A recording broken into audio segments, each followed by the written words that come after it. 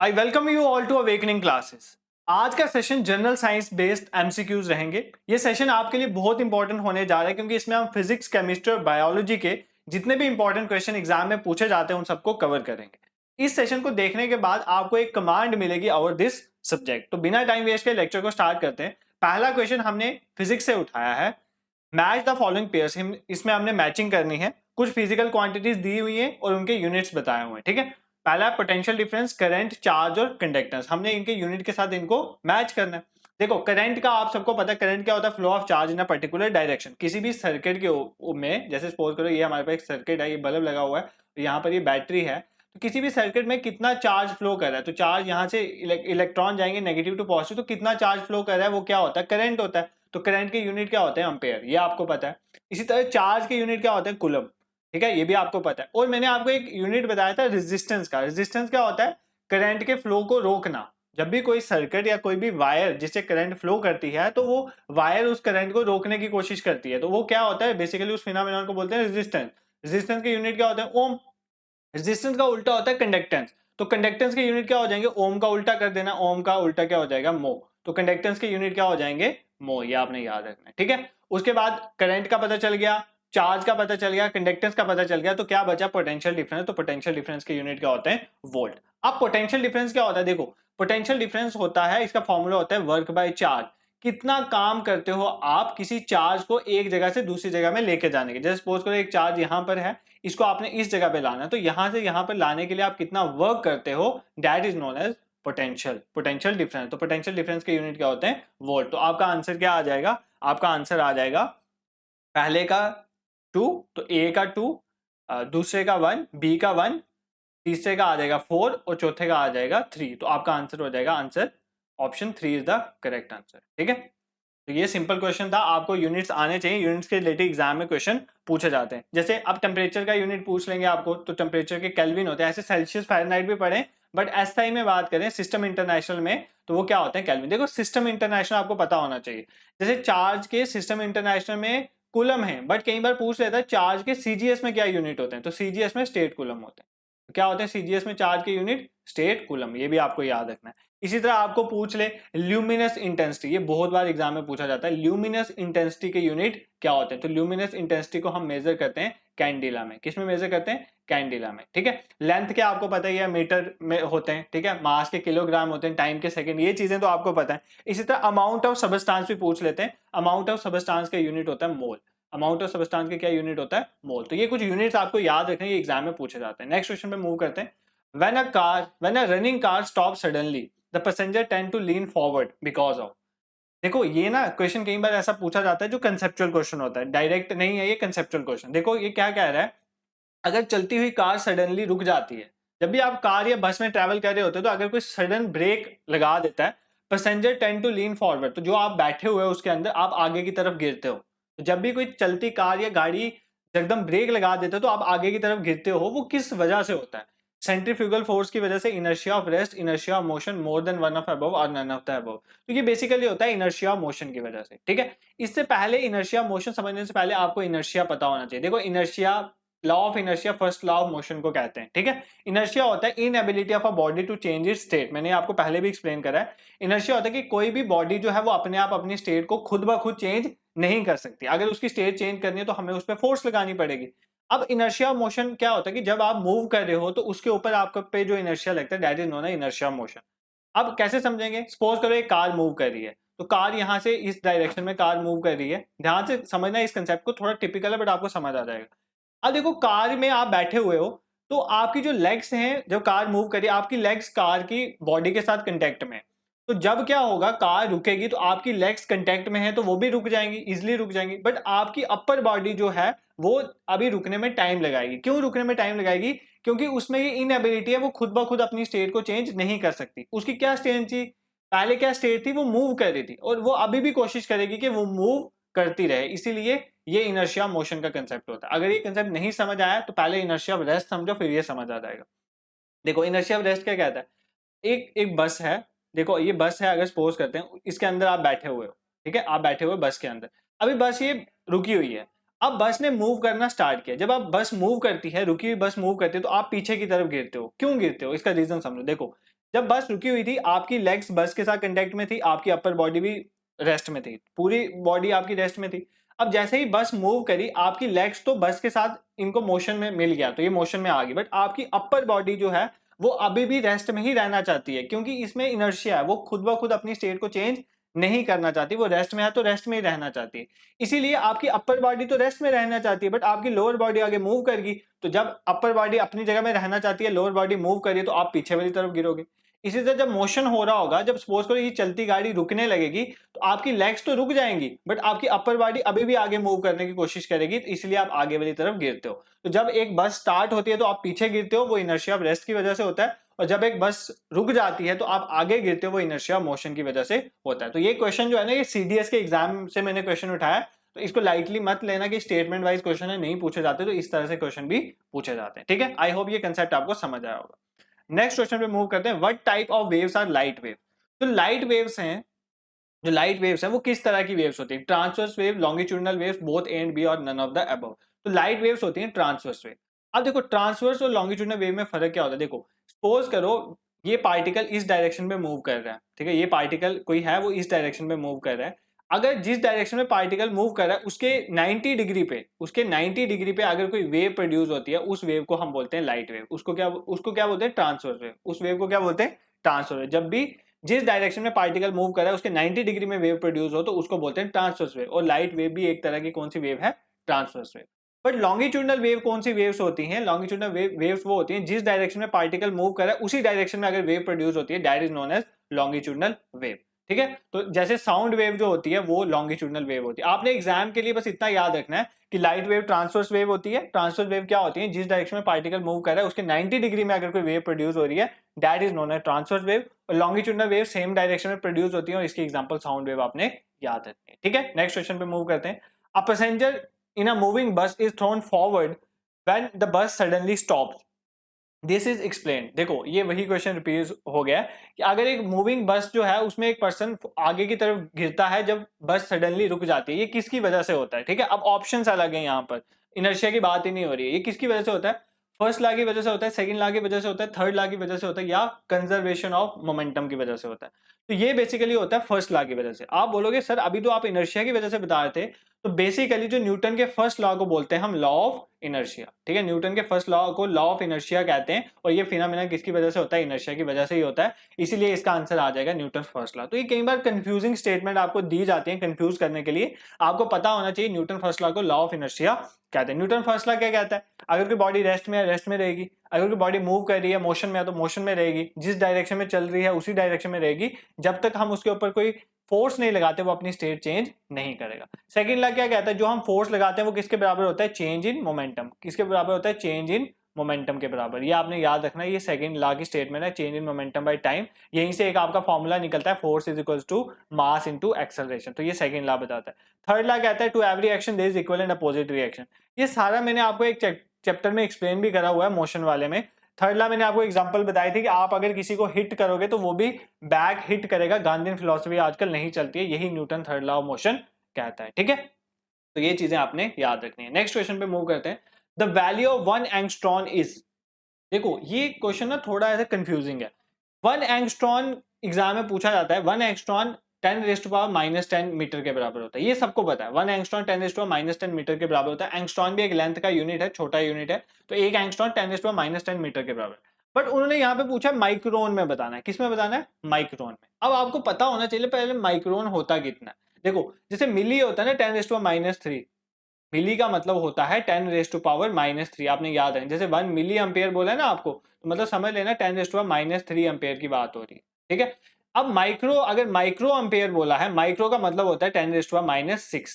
क्या होता है? 10⁻⁻6। अब ये पूछा है कि एक एंगस्ट्रॉन कितने माइक्रोन के बराबर है। तो मैंने आपको बताया एक माइक्रोन किसके बराबर होता है? 10⁻⁻6 मीटर के बराबर। तो ये देखो, ये 10⁻10 है, इसको मैं लिख सकता हूँ 10⁻4 इंटू 10⁻6। देख सकते हैं ना वैसे, अगर आपने 10th में पढ़ा होगा अच्छे से। अगर नहीं भी आता ये तो आप आंसर याद कर लेना, क्योंकि एग्जाम में पूछा जाता है ये क्वेश्चन। बट मैं आपको बता दूं कि आप 10 देखो 10⁻10 को ऐसे लिख सकते हो 10⁻4 इंटू 10⁻6। क्योंकि मल्टीप्लाई हो रहा है, बेसिस सेम है, पावर ऐड होकर वापस 10 ही बन जाएगा, तो माइनस है तो -7 ले लेना है। अब 10⁻⁻6 मैंने आपको बता दिया किसके बराबर होता है, माइक्रोन के बराबर, इसकी जगह माइक्रोन आ जाएगा और 10⁻⁻4 ऐसा ही रह जाएगा। इसका मतलब 1 एंगस्ट्रॉन किसके बराबर होता है, 10⁻⁻4 माइक्रोन के बराबर। तो इसका आंसर हो जाएगा 10⁻⁻4 माइक्रोन के बराबर। देखो 1 एंगस्ट्रॉन आपने एग्जाम के लिए दोनों फॉर्मूले याद रखने। अगर मीटर में पूछेगा तो 10⁻10 मीटर, माइक्रोन में पूछेगा 10⁻4 माइक्रोन। निकालना कैसे है, 10⁻10 को तोड़ दो, 10⁻4 इंटू 10⁻6, 10⁻6 1 माइक्रोन होता है, तो यहाँ पे इसकी जगह माइक्रोन आ जाएगा, तो हमारा आंसर आ जाएगा 10⁻4 माइक्रोन। आई होप ये क्वेश्चन आपको समझ आया होगा। Next question is at which point of the earth there is no gravity. Gravity क्या होता है, एक ऐसी फोर्स जिसकी वजह से हर कोई ऑब्जेक्ट अर्थ की तरफ अट्रैक्ट होता है। आप कोई भी चीज ऊपर फेंकोगे, बॉल ऊपर फेंकोगे, जैसे आप यहाँ से एक बॉल को ऊपर फेंकते हो तो ये बॉल ऊपर ही नहीं आसमान में चल जाता है, वापस नीचे आता है due to the effect of gravity. अब क्वेश्चन ये पूछा है कि कौन से पॉइंट अर्थ में ग्रेविटी नहीं होती है, नॉर्थ पोल या साउथ पोल में, इक्वेटर में, on the ocean surface, at centre of earth. तो इसका आंसर है एट सेंटर ऑफ अर्थ। देखो ये अर्थ की सरफेस है ना, सरफेस से ऊपर जाओगे तो ग्रेविटी डिक्रीज हो जाएगी, ध्यान से सुनना, सरफेस से नीचे जाओगे तो भी ग्रेविटी डिक्रीज हो जाएगी, और ग्रेविटी की वैल्यू जो है वो जीरो कहां पर होती है, सेंटर ऑफ अर्थ में। तो अर्थ के सेंटर में अगर आप चले जाओगे तो ग्रेविटी की वहां पर वैल्यू क्या होती है, जीरो होती है, वहां पर कोई ग्रेविटी नहीं होती है। ठीक है, सरफेस के ऊपर मैक्सिमम होती है, ऊपर जाते जाओगे तो तब भी डिक्रीज होगी, नीचे जाते जाओगे डेप्थ में तब भी डिक्रीज होगी, और सेंटर में क्या हो जाती है, जीरो। ये चीज आपको याद रखनी है फॉर योर एग्जाम। ठीक है, नेक्स्ट क्वेश्चन पे मूव करते हैं। Which of the following is not based on heating effect of current. Current के हीटिंग इफेक्ट पे इनमें से कौन सा बेस नहीं है। देखो हीटिंग इफेक्ट मतलब, हीटिंग इफेक्ट ऑफ करंट मतलब, देखो अगर आपके घर पे हीटर है ना, हीटर, आपने हीटर देखा होगा, सिंपली पुराना हीटर जिसमें ऐसे कॉइल लगी होती है टंगस्टन वाली, ठीक है, उधर आप इसको इलेक्ट्रिसिटी के साथ कनेक्ट करते हो तो ये पहले ऐसे ग्लो करता है और हीट प्रोवाइड करता है। तो ये बेसिकली किस पे काम कर रहा है, हीटिंग इफेक्ट ऑफ करंट में। जो जूल्स ने लॉ ऑफ हीटिंग दिया था, H is equal to I square R T, ये भी फॉर्मूला याद कर लेना, इसके बेसिस पे काम करता है। कैसे, मतलब देखो ये आपने कॉइल लगाई हुई है, इसका कुछ रेजिस्टेंस है, आप इसमें से करंट फ्लो कर रहे हो फॉर सम टाइम टी, तो ये क्या प्रोड्यूस करेगा, हीट प्रोड्यूस करेगा। अब इनमें से हमें बताना है कि कौन सा हीटिंग इफेक्ट के बेसिस में हीट प्रोड्यूस नहीं करता, मतलब कौन सा इस फॉर्मूले के बेसिस में हीट प्रोड्यूस नहीं करता। इलेक्ट्रिक हीटर, इलेक्ट्रिक बल्ब जिसमें फिलामेंट लगा होता है, जो पुराना बल्ब आप देखते थे, इलेक्ट्रिक आयरन, इन तीनों में ही यही फॉर्मूला लगता है हीट प्रोड्यूस करने का, आई स्क्वायर आर टी। अब आप बोलोगे सर बल्ब कौन सी हीट प्रोड्यूस करता है, जो पुराने बल्ब नहीं आते थे आपके घरों में, हमारे घरों में जो पुराने बल्ब होते तो वो हीट भी प्रोड्यूस करते हैं। आजकल तो CFL LED है, वो हीट इतनी प्रोड्यूस नहीं करते, तो वो इस फॉर्मूले के बेसिस में ही थे। जो माइक्रोवेव ओवन है, वो जो है वो हीटिंग इफेक्ट ऑफ करंट पे काम नहीं करते। वो क्या है, वो बेसिकली ये इलेक्ट्रोमैग्नेटिक वेव्स हैं। मैंने आपको इलेक्ट्रोमैग्नेटिक स्पेक्ट्रम का चार्ट भी बताया था, और मैंने आपको बोला भी था एग्जाम में पूछा जाता है एक्सरे कहां पर यूज होती है, गामा रेज कहां पर यूज होती है। जनरल साइंस के सीरीज में जाओ प्लेलिस्ट में, और ये सारे लेक्चर देख लेना जितने भी मैंने डाले हैं, बहुत इंपॉर्टेंट है फॉर योर एग्जाम। ठीक है, आई होप ये फिजिक्स के क्वेश्चन आपको समझ आए होंगे। अब हम क्विकली बायोलॉजी के क्वेश्चन करेंगे कुछ। देखो पहला क्वेश्चन कहता है the term carbon footprint means, carbon footprint का मतलब क्या होता है, a region which is rich in coal mines, ऐसा रीजन जिसमें कोल माइन ज्यादा हो। The amount of reduction in the emission of carbon dioxide by a country, कितनी रिडक्शन हो रही है कार्बन डाइऑक्साइड एमिशन की किसी कंट्री में, इसको बोलते हैं carbon footprint. The use of carbon in manufacturing industries, को मैन्युफैक्चर करने में कार्बन का कितना यूज होता है, और the amount of green house gases produce by our day to day activity. तो आप अपनी रोजाना की एक्टिविटीज में कितनी ग्रीन हाउस गैसेज को प्रोड्यूस करते हो। ग्रीन हाउस गैसेज में मेनली किसकी बात होती है, कार्बन डाइऑक्साइड की। इसी चीज को हम क्या बोलते हैं, कार्बन फुटप्रिंट। तो आपका कार्बन फुटप्रिंट कितना है कि आप कितनी डे टू डे एक्टिविटीज से green house gases, mainly carbon dioxide produce करते हो। ग्रीन हाउस गैसेज वो गैसेज होती हैं जिनको अगर हम एटमॉस्फेयर में प्रोड्यूस करेंगे तो वो सनलाइट को क्या कर लेती हैं, ट्रैप कर लेती हैं, सनलाइट को ट्रैप कर लेती हैं, सनलाइट को वापस नहीं जाने देती। इसकी वजह से अर्थ का टेम्परेचर बढ़ जाता है। अर्थ के टेम्परेचर के बढ़ने को ही हम क्या बोलते हैं, ग्लोबल वार्मिंग। ठीक है, ग्लोबल वार्मिंग बोलते हैं। तो ये चीज आपको समझनी है। ठीक है, जैसे CO2 हो गया, वाटर वेपर्स हो गया, और भी बहुत सारी कार्बन मोनोऑक्साइड, ये सारी ग्रीन हाउस गैसेज होती हैं। ठीक है, नेक्स्ट क्वेश्चन पे मूव करेंगे। कॉलम ए को कॉलम बी के साथ मैच करना, विटामिन और इनके अल्टरनेटिव नेम। देखो ये क्वेश्चन तो आपको आना चाहिए, क्योंकि विटामिन पे मैंने डेडिकेटेड लेक्चर लाया था जिसमें मैंने विद ट्रिक आपको इनके नाम बताए थे। हर एक विटामिन का अल्टरनेटिव नेम मैंने आपको बताया था। अगर कोई बी की सीरीज वाले हैं, B1 B2 B3 B4, ये सारे इनके भी मैंने आपको नाम बताए थे, तो ये आपको आने चाहिए। तो इस क्वेश्चन में बता रहा है, हमने बताना है विटामिन ए का क्या नाम है। तो विटामिन ए आपको पता है रेटिनोल होता है। विटामिन सी एस्कॉर्बिक एसिड होता है, B12 को कोबलामिन कहते हैं और डी को बोलते हैं एर्गो कैल्सिफेरॉल। ठीक है, तो ये विटामिन के कुछ नाम है। देखो ये चीज, ये क्वेश्चन मुझे नहीं लगता आपको ये एलिमिनेशन में जाना चाहिए, क्योंकि इसमें तो मैंने विद ट्रिक आपको बहुत बार एक्सप्लेन करा है। ये क्वेश्चन तो आपकी टिप्स में ही होना चाहिए, तो इसका आंसर आप अकॉर्डिंगली मार्क कर लेना। विटामिन ई को रेटिनोल कहते हैं, विटामिन B12 को बोलते हैं कोबलामिन, सी को बोलते हैं एस्कॉर्बिक एसिड। मैंने आपको एक ट्रिक बताई थी रेज टू 5, जिसके थ्रू मैंने आपको इन सभी को एक्सप्लेन करा था। ठीक है, अब देखो ना, ये जो विटामिन डी है ना, इसको समझो। विटामिन डी को कैल्सीफिरोल कहते हैं। मैंने आपको कैल्सीफिरोल पढ़ाया था। क्या पढ़ाया था? कैल्सीफिरोल। ठीक है, विटामिन डी कैल्सीफिरोल होती है, ट्रिक में भी यही था। बट ध्यान से सुनना, विटामिन डी की दो आगे फर्दर आ जाती है। एक आ जाती है D2, ध्यान से सुनना D2, एक आ जाती है D3। ये भी मैंने अपने लेक्चर में आपको बताया था।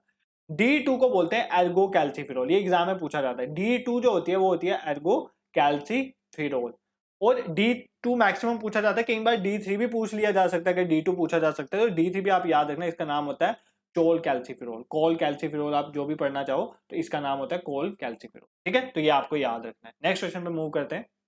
Ribosomes are the sites for, तो राइबोसोम्स में क्या होता है?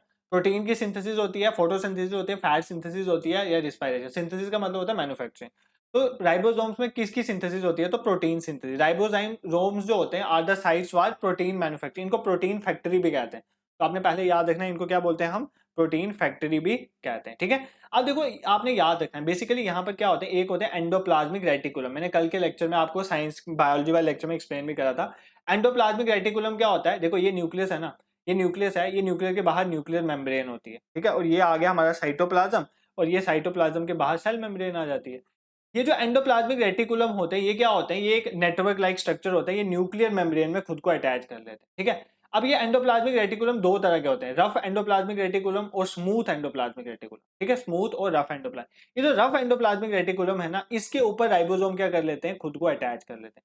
तो आपको कोई पूछे एग्जाम में कि राइबोसोम्स कहां पर अटैच होते हैं, तो रफ एंडोप्लाज्मिक रेटिकुलम। कई बार ये एग्जाम में क्वेश्चन पूछा जाता है कि RER को, रफ एंडोप्लाज्मिक रेटिकुलम को रफ क्यों कहते हैं? रफ इसलिए क्योंकि इनके सरफेस में राइबोसोम्स प्रेजेंट होते हैं और इनकी सरफेस रफ होती है, इसलिए इनको बोलते हैं रफ एंडोप्लाज्मिक रेटिकुलम। तो ये रफ एंडोप्लाज्मिक रेटिकुलम के ऊपर राइबोसोम अटैच हो जाते हैं, और राइबोसोम क्या करते हैं? प्रोटीन की मैन्युफैक्चरिंग में हेल्प करते हैं। That is why these are known as protein factory. तो ये चीज आपको याद रखनी है। अब देखो राइबोसोम में क्या होता है? राइबोसोम में बेसिकली RNA होता है। मैंने एक्सप्लेन करा था DNA RNA लास्ट लेक्चर में। डीऑक्सी राइबो न्यूक्लिक एसिड जो डबल हेलिकल स्ट्रक्चर होता है, राइबो न्यूक्लिक एसिड जो सिंगल हेलिकल स्ट्रक्चर होता है। ठीक है, RNA प्लस प्रोटीन। तो हमारा राइबोसोम दो चीजों का बना होता है, RNA प्लस प्रोटीन। ये चीज भी आपको याद रखनी है। और भी जो डिफरेंट सेल ऑर्गेनिल्स हैं, चाहे माइटोकॉन्ड्रिया, गोल्गी बॉडीज, वैक्यूल्स, ये सारे मैंने एक्सप्लेन करे थे, तो आप प्रीवियस लेक्चर को इसके लिए देख सकते हैं। नेक्स्ट क्वेश्चन पे मूव करते हैं। Among the following statement which is correct, इनमें से कौन सी स्टेटमेंट करेक्ट है? Plants convert energy from sunlight into food stored as carbohydrate. देखो प्लांट क्या करते हैं? सनलाइट से एनर्जी लेते हैं और कार्बोहाइड्रेट बनाते हैं। बिल्कुल, कार्बो आप याद करो कि प्लांट क्या करते हैं? सनलाइट लेते हैं और क्या बनाते हैं? हमारे पास खाना बनाते हैं। खाने को ग्लूकोज कहते हैं, और ग्लूकोज बेसिकली कार्बोहाइड्रेट ही तो होता है। आपको नहीं, आपको बोलते हैं कि अगर आप सपोज करो आप में एनर्जी बहुत कम फील हो रही है, तो आपको ग्लूकोज लगाते हैं। ग्लूकोज मतलब इंस्टेंट एनर्जी प्रोवाइड करेगा। इंस्टेंट एनर्जी कौन प्रोवाइड करते हैं? कार्बोहाइड्रेट। आप बनाना खाते हो, बनाना में भी कार्बोहाइड्रेट होते हैं, तभी आपको बनाना खाने के बाद इंस्टेंट एनर्जी मिलती है। इसलिए बोलते हैं जैसे आप रनिंग वगैरह करो तो या कोई वर्कआउट करो तो उससे पहले बनाना खाना चाहिए। तो ये इंस्टेंट एनर्जी का सोर्स है। ठीक है, प्लांट्स हैव क्लोरोफिल। हाँ, क्लोरोफिल होने की वजह से ही तो प्लांट सनलाइट को कन्वर्ट कर सकता है ग्लूकोज में, सनलाइट की हेल्प में। देखो प्लांट करता क्या है, ध्यान से समझना।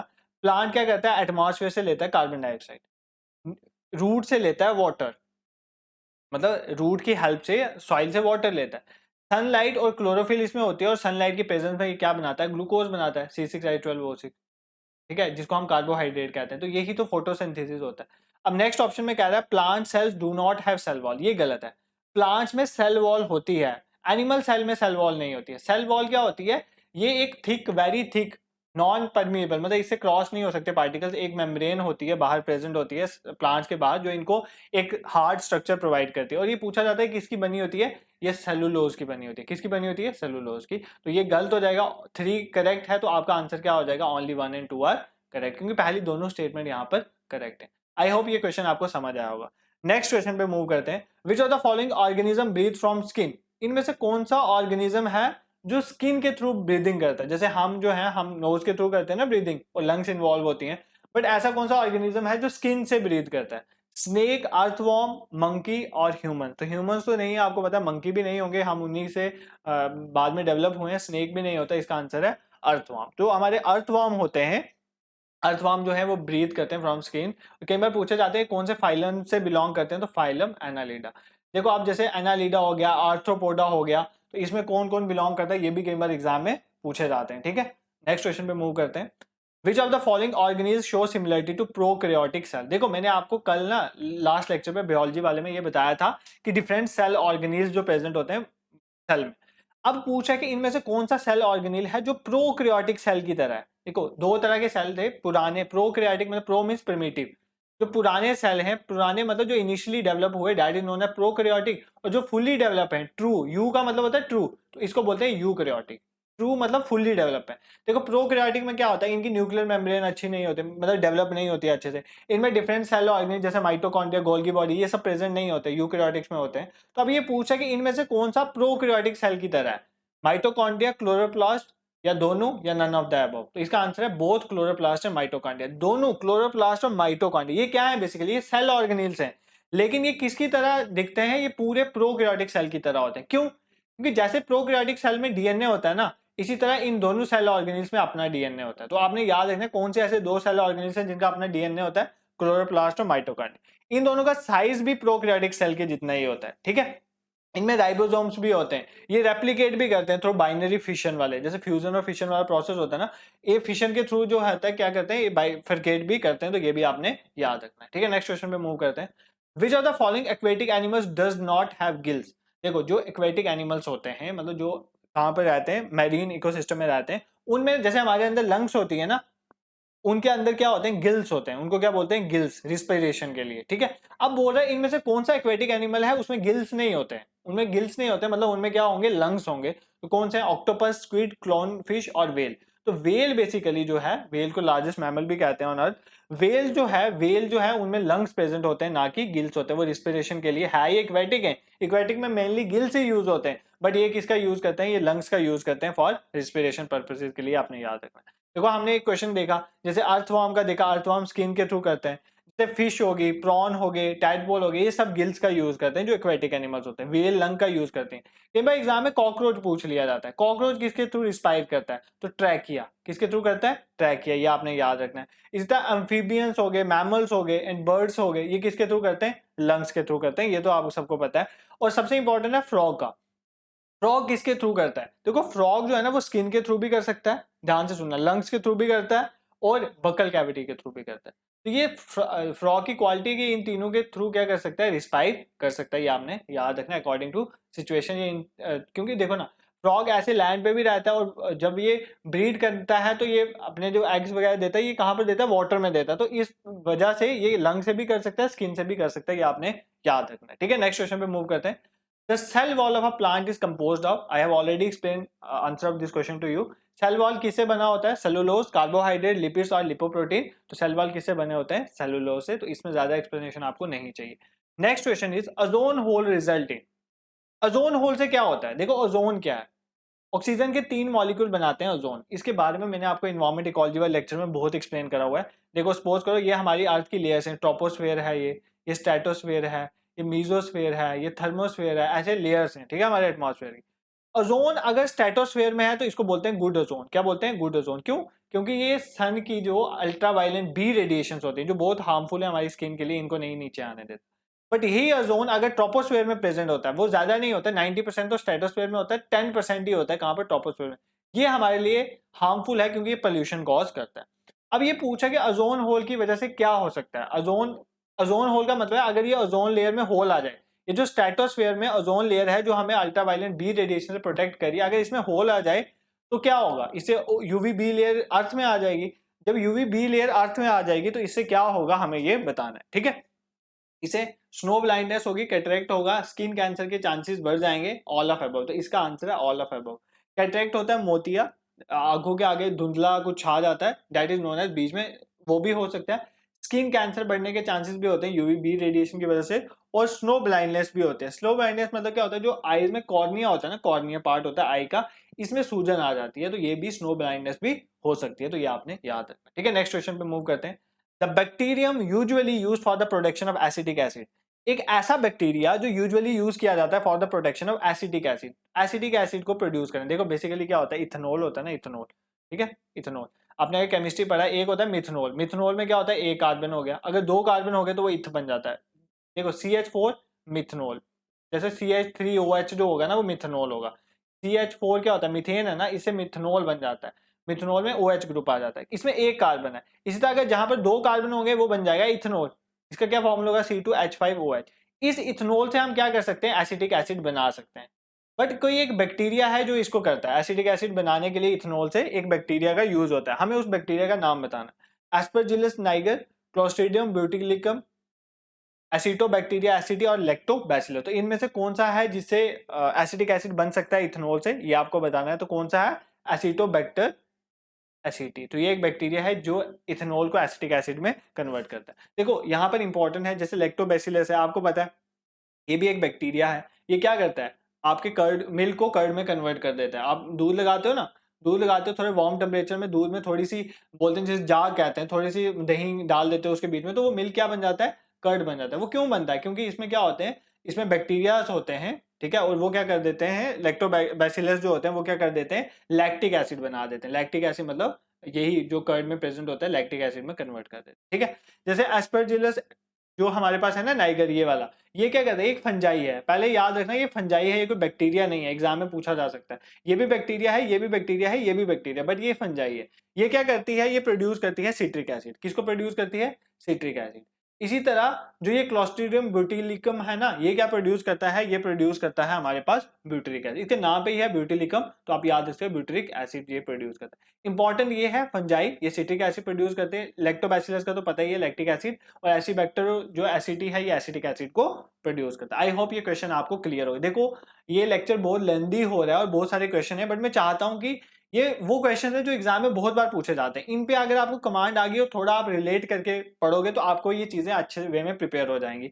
आप जनरल साइंस की जो हमारी प्लेलिस्ट है ना, उसमें जरूर जो मैंने लेक्चर्स डाले हैं उन सबको वॉच करना, क्योंकि उसमें कुछ मैंने ट्रिक्स भी बताई हैं, और प्लस एमसीक्यूज के थ्रू मैंने बहुत सारे क्वेश्चन एक्सप्लेन करे हुए हैं जो क्वेश्चन डायरेक्टली एग्जाम में पूछे जाते हैं, और उनके साथ बहुत सी रेलिवेंट इन्फॉर्मेशन भी मैंने आपको प्रोवाइड करी हुई है, ठीक है। नेक्स्ट क्वेश्चन में मूव करते हैं। Which of the following is the reason behind the rising of dough.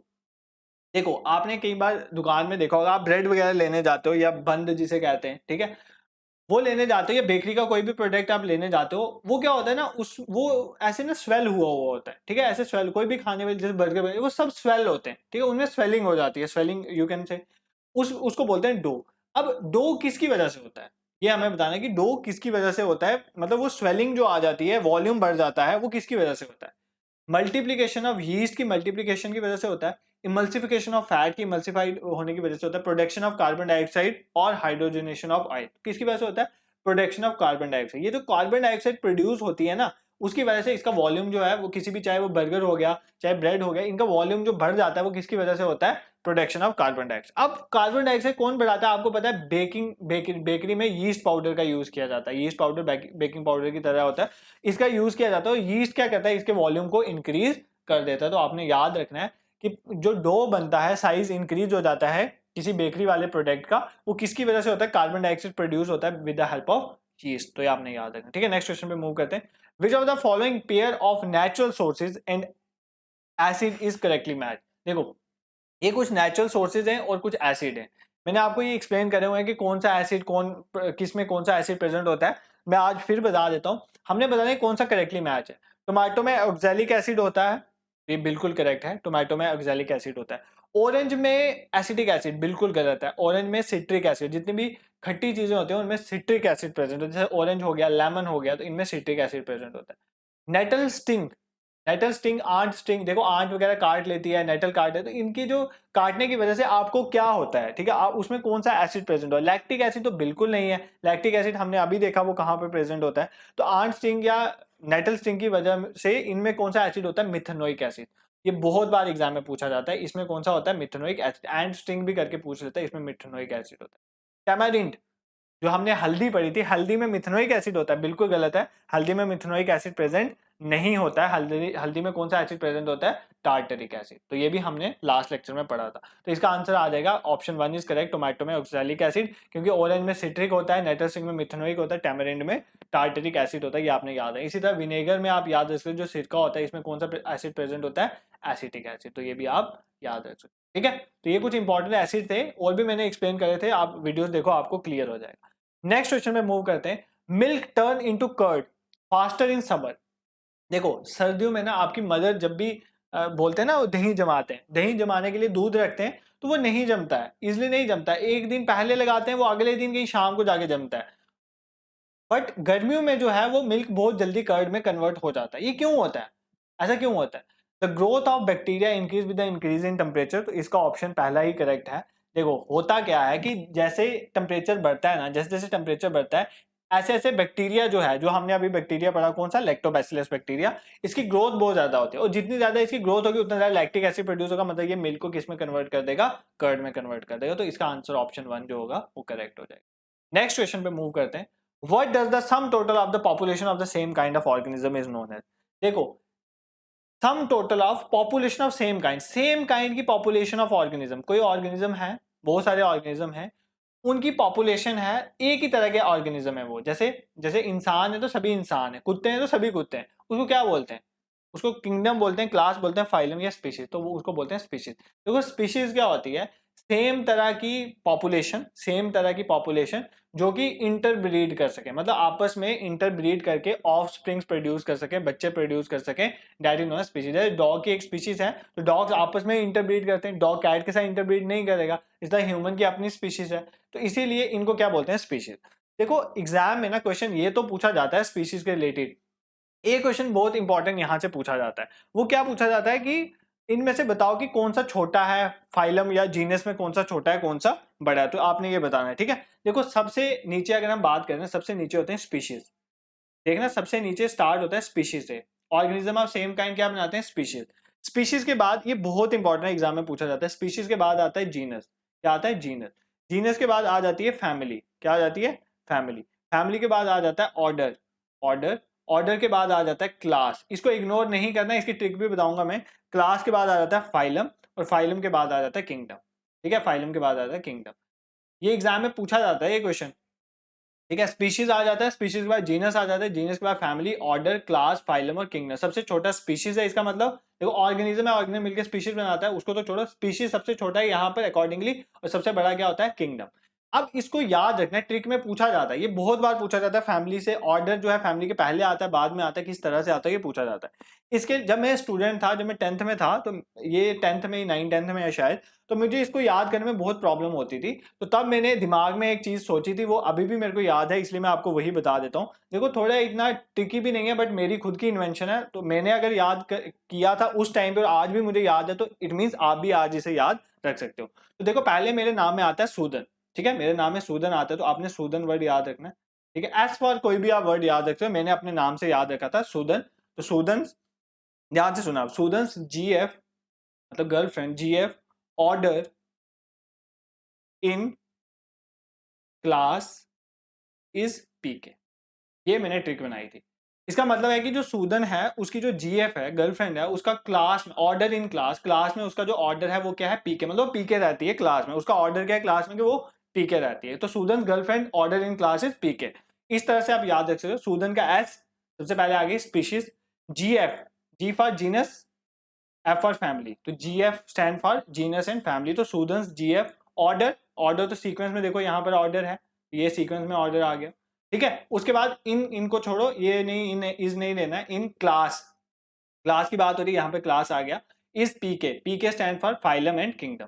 तो सूदन GF order in class is PK। है ये सिली ही है, बट जैसी भी है अभी तक अगर मुझे याद रखा सकती है, तो आपको भी रखने में बहुत हेल्प करेगी। तो आप इस तरह से इसको याद कर सकते हो, जिस तरह से आप अपनी ट्रिक बनाओ। ज्यादा ट्रिक में के फेवर में मैं रहता भी नहीं हूँ, क्योंकि ट्रिक्स ज्यादा याद करोगे तो आपको ट्रिक्स को भी याद करना पड़ेगा, बट जो आपको अकॉर्डिंगली आपको कंड्यूसिव लगे उस वे में आप प्रिपेयर कर सकते हो। Next question is herbivore in a food chain are. Herbivore क्या होते हैं? Primary producer, primary consumer, secondary consumer और डिकम्पोजर। देखो ये मैंने इन्वायरमेंट में एक्सप्लेन करा है, बार बार मैं एक्सप्लेन नहीं करूंगा। हर्बीवोर क्या होते हैं? Primary consumer. देखो प्लांट्स जो होते हैं वो प्राइमरी प्रोड्यूसर होते हैं, जो प्रोड्यूस करते हैं, उनमें उनको सबसे पहले कंज्यूम कौन करता है? हर्बीवोर, जिसमें गोट वगैरह आ जाती है को। उनको सेकेंडरी कंज्यूमर, उनको कौन खा लेता है? कोई और खा लेता है। दैट इज नोन है, that is a part of food chain. Food chain में क्या होता है? Being eaten and eaten. Eaten आप किसी को खाते हो, एंड बीइंग ईटन उनको कोई और खा रहा है। That is known as food chain. Next question, which vitamin behaves as an antioxidant? तो कौन सी विटामिन एंटीऑक्सीडेंट की तरह काम करती है? इस क्वेश्चन का आंसर आप मुझे कमेंट बॉक्स में दोगे। ये मैंने जो विटामिन वाला लेक्चर पढ़ाया था उसपे मैंने एमसीक्यूज लाए थे। मैंने बहुत आपको बताया था कि एंटी इंफेक्शन विटामिन कौन सी है, एंटीऑक्सीडेंट विटामिन कौन सी है, फैट सॉल्युबल, वाटर सॉल्युबल, और बहुत तरह से क्वेश्चन मैंने कवर करे थे विटामिन के रिलेटेड। कोई भी डाउट नहीं रहे तो ये क्वेश्चन आप मुझे कमेंट बॉक्स में बताओगे। What is the chemical name for vitamin B7? तो ये भी आपको ट्रिक मैंने बताई थी, ट्रेन पुल पर चली बहुत फास्ट, जिसमें मैंने बी की जितनी भी विटामिन थे उन सबको कवर करा था। B7 विटामिन जो है उसका केमिकल नेम क्या है? बायोटीन। तो इन चीजों के बारे में बार बार बताने की जरूरत नहीं है, विटामिन वाला लेक्चर एक बार आप देख लोगे ये सब कवर हो जाएगा। Milk is unique in its nutritive value. तो मिल्क जो है वो न्यूट्रिशन की वैल्यू में यूनिक है सबसे। It is poor source of, इनमें से कौन सा मिल्क का पुअर सोर्स है? मतलब मिल्क में वो चीज प्रेजेंट नहीं होती है। फैट, मिल्क में तो बहुत फैट प्रेजेंट है, आप तो मिल्क कंज्यूम ही नहीं करते हो। जो लड़कियां डाइट में होती हैं वो मिल्क बिल्कुल कंज्यूम नहीं करते हैं, क्योंकि मिल्क में फैट्स प्रेजेंट होते हैं, अपनी फिजिक का ध्यान रखती हैं वो। Second one is calcium. हाँ बोलते हैं ना, मिल्क लेने से आपकी क्या होता है? आपकी बोन स्ट्रांग होती है, तो कैल्शियम लेवल बढ़ता है, तो वो भी ठीक है। Then we have proteins. हाँ मिल्क में प्रोटीन भी प्रेजेंट होता है, बट मिल्क में आयरन जो है वो इतना प्रेजेंट नहीं होता है, तो इसका आंसर क्या हो जाएगा? ऑप्शन 4। तो ये कुछ बायोलॉजी के क्वेश्चन थे इंपॉर्टेंट, जो कि एग्जाम के लिए आपके इंपॉर्टेंट थे, वो देख लिया हमने।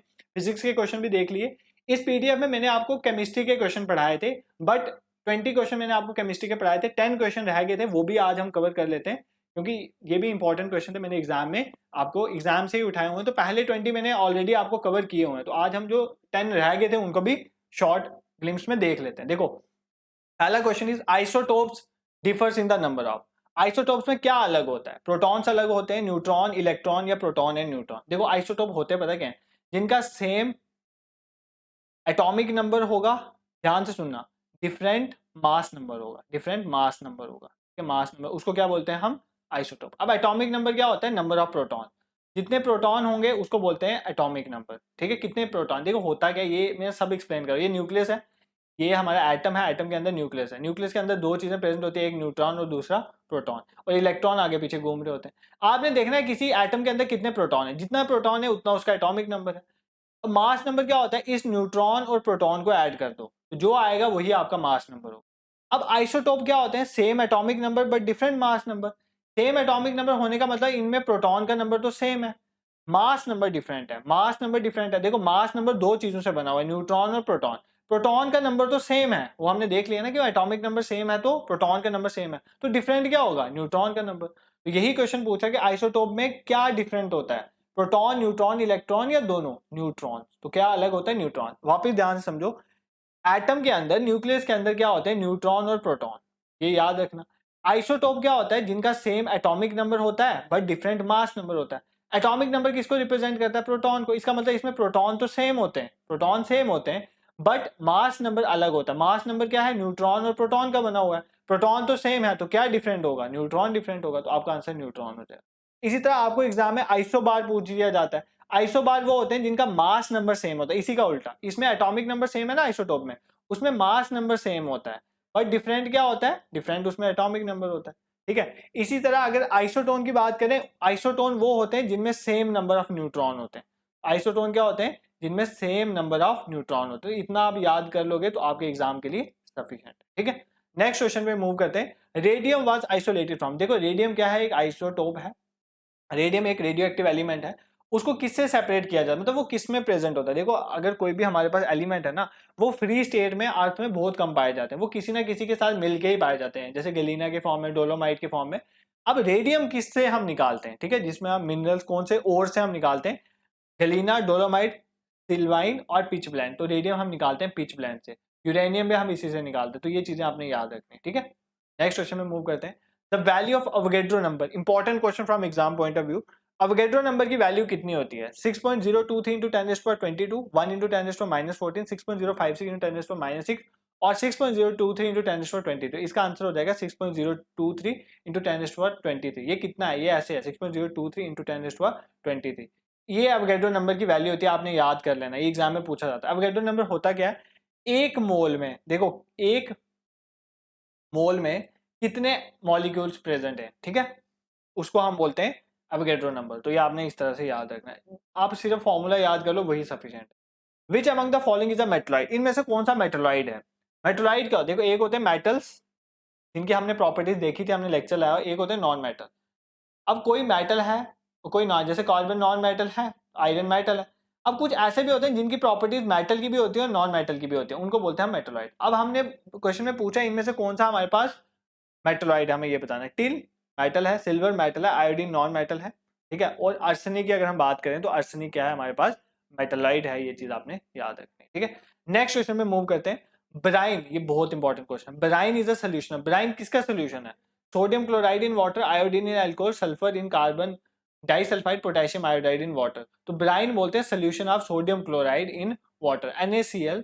सोडियम क्लोराइड जो है इसको हम डाल दें अगर वाटर में, तो वो जो सोल्यूशन बनती है that is known as brine, ये आपने याद रखना, ठीक है। Next question is alum is used as, alum जो होता है फिटकरी जिसे आप कहते हो, ये किसके लिए यूज होता है? एनालिसिस के लिए, वाटर की प्यूरिफिकेशन के लिए, फर्टिलाइजर या डिसइंफेक्टेंट। तो इसको यूज करते हैं in the purification of water. तो एलम को यूज किया जाता है in the purification of water, water को प्यूरिफाई करने के लिए हम एलम का यूज करते हैं, ठीक है। Next question is the formula for cane sugar. तो केन, जैसे ग्लूकोज की अगर हम बात करें ना, ग्लूकोज का फॉर्मूला होता है C6H12O6। इसी तरह जो केन शुगर होती है वो भी एक तरह का कार्बोहाइड्रेट है, इसका फॉर्मूला क्या होता है? इसका फॉर्मूला होता है C12H22O11। तो ये आपने याद रखना है, केन शुगर का फॉर्मूला क्या होता है? C12H22O11, ठीक है।